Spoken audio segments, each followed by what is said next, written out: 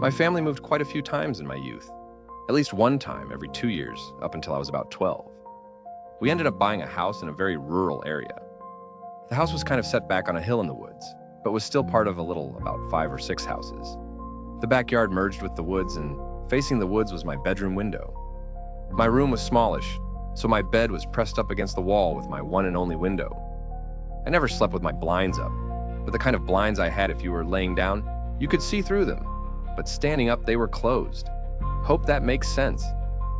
Anyway, one night I was sleeping when a crunch like dead leaves woke me up. I open my eyes and can see this man looking in. I blink, and when my eyes open, he's gone. Obviously, my first instinct is to blame it on sleep, since he vanished pretty quickly.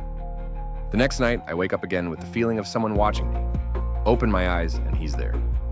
I panic and hop out of bed quickly and run to my parents' room. My dad gets out there fast and doesn't see anyone, but he thinks that the grass under my window looks stomped down. The next day, he comes home from work with a bag of kitty litter and pours it down under my window and wets it. He said if anyone is peeping, he'll leave footprints. So I go to bed.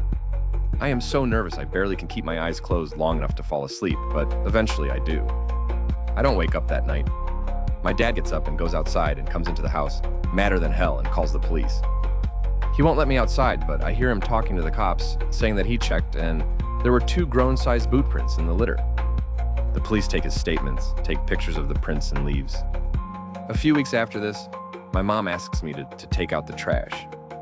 In order to do this, I have to walk out towards our backyard, the yard that faces the woods.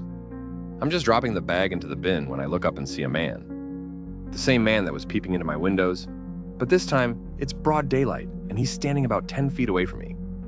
He's smiling at me and I'm just frozen. I am literally more scared than I've ever been in my life, even to this day. He waves at me and drops his hands to his belt and pulls this knife.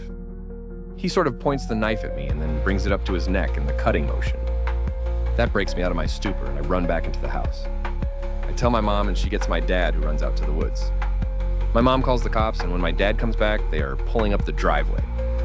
My dad and the cops go back into the woods and find a camp, some cans, a few blankets, basically indicators that a guy had been back there for a while. They talked to the neighbors, and the neighbors said they saw a guy walking around our yard, but from their house they thought it was my dad. They give a description of what they could see. I give my description. Our descriptions combined match a man that was reported missing by his family after he ran off. He was mentally unstable and had gone off his meds. They reported him missing because they feared he could be a danger to himself or someone else. They arrested him and the peeping stopped.